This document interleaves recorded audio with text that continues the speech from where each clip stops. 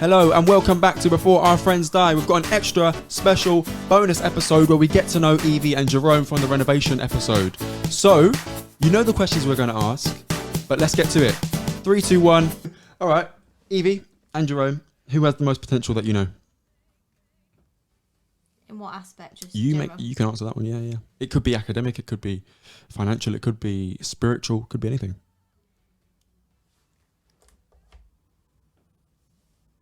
Just give you context. Oh yeah. Give so Rachel, who did you say? Influential. I said friends and family. I can't put it on one. Potential. Oh, potential. Yeah. I myself. And I said Andre and Serena, dentistry. The first thing that sprung to my mind was my dad and brother, because I see what they're doing and I feel like they've got a potential to keep, just keep building their business. Yeah, for real. And then secondly, it came to us. I feel like Jerome inspires me all the time to show that he can reach his potential. He's always striving for something more. So I feel like I try and take that on and hope that I can always reach my own potential. That's real love, guys. I feel like Brittany answered the same thing. Yeah, well, listen, the Brian boys do indoctrinate. No, we don't indoctrinate. That's a poor choice of words. We inspire. Oh, brilliant. Jerome, most potential that you know? Who has the most potential that you know? Probably my little furry friend Hector. He's Who's Hector? Dog. Yeah, my little dog, man. Yeah, he's You gave it to a dog. He's a great dog. But he could. Evie stole my answers. Can't say the same thing. Yeah, he's dog. Great dog. What type of dog have you got? French bulldog. Little French bulldog. Yeah. You know, little ones with a squash face. Yeah. Oh, I was gonna say pug then, but it's not. It looks like a pug, basically. What we would think is a pug is that. Okay. Yeah, I think just a little bit more training, and he could be, a perfect little dog. Listen, play this to him, innit? And then he'll start jumping and pouring. And best answer yet, man. Okay, Evie, who's the most influential person you know now? Who influences you the most? And for the record, I said an author, Rachel said people he actually knows. So it could be, in the sphere of your world. Yeah, I couldn't base it on one person, me personally. Could be the children. My mum and Jerome. Okay. Yeah. My mum influences me every day just because I think as a woman that close to me, she just inspires me to, be like her. And Jerome again. I'm not going to go into that because you'll take the mic. Jerome? Oh, well, yeah, I'm not... How can I follow that? So Evie? Evie, definitely Evie is, of course, number one influence in my life, living together and, influencing me to tidy up a little bit more around the house. But no, still not working. Getting there. But no, I think, in terms of someone who's got great amount of influence in the world, I think Elon Musk is...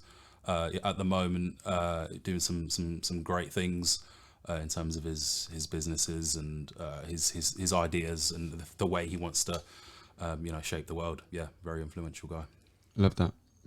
You are at your best when you are blank. Under pressure, probably for me. In terms of like work and things like that. When it gets to crunch time, that's definitely when I knuckle down and produce some of my best work. So yeah, under pressure. Evie? When I'm happy. I'm not very good at balancing work.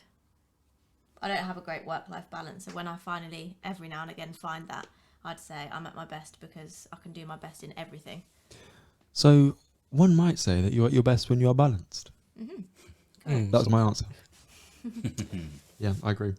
I haven't thought of under pressure, and the reality is we probably work hard on under pressure, but I hated it, man. At uni. I hated it. Do you know your assignment day or deadline day? I used to do it the day before. Yeah. The pressure, it worked. Okay, one thing you both never regret doing. It doesn't have to be together. It could be individual. To give you some context, Rachel, you said, what did you say? I forgot what I said, to be honest. Yeah, so did I. What did I can't remember. I said going to the gym anyway. I definitely didn't say that. Yeah, that's a good one. I can't remember.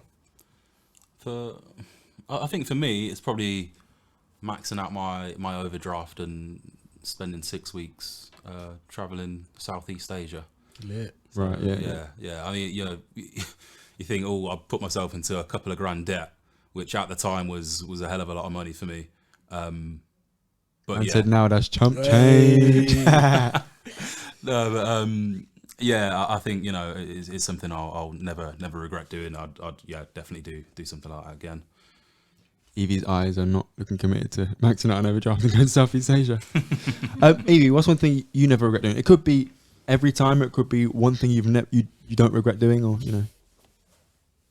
I'd say for me, there's quite a lot of experiences and things in my life that I'll never regret, but that's too many to list. But I think I'll never regret doing things for myself and accepting that that's fine. Because I'm quite a people pleaser. I like to do everything right by everyone else, but actually, I'll never regret when I need time for me and do things for me. It's a good point. What do they say? They say something like, "You please everyone." Yes. You just end up displeasing yourself. So yeah, it's a good point. Choose yourself sometimes. Good message. Okay, where do you see yourself in 5 years, guys? Two possible answers for me. Either progressing in my career. Obviously, I see myself happily in our house, hopefully, when it's finished. Mm-hmm. But yeah, either progressing in my career. I say either just because I don't know how they'd work together, or being a mum. Cute. That'd be lovely. Jerome's sweating. Little niece or Yeah. nephew rolling around. Yeah, no, yeah. So the next 5 years, being a married man Ooh. and a father, and yeah, along with that, hopefully have some sort of a passive income in terms of property. That is the aim for the next 5 years. Nice. What would you tell yourself 10 years ago? What you know now? 10 years ago. Did you just check the watch? 10 years ago, I'd probably say, you know, I'd probably you know, consider different career paths in life. So I was always, you know, pushed towards education, go uni, get your degree. I didn't really see things like getting a trade as a viable career path. I think in my mindset now, if I could have gone back and said, you know, and actually explored whether I'd have enjoyed being an electrician or plumber or builder, I think, yeah, I could have potentially taken a different path, but I just never really considered it. So yeah, just being more open. 100%. I think the same thing as me. I think I got into finance a bit too Yeah. early. I think I should have got into a trade. Well, if I go home to a building site every day, I'd probably agree with you. Yeah. I wish I knew how to lay a few bricks, man. Yeah. To be honest with you, I probably think the same. I mean, we can do it now, guys. Just for the record, I said that last time, but we can really do it now. It's about £400 to learn plumbing or carpentry. It's not bad. It's got to be more. It's not isn't it? bad.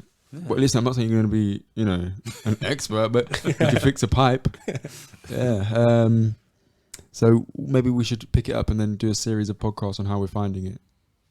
What, the course? Yeah, we should do a course, and that's another chat for another day, perhaps. Yeah. How about Evie. yourself, Evie? Yeah. What was the question? Sorry. What advice would you now give to yourself 10 years ago?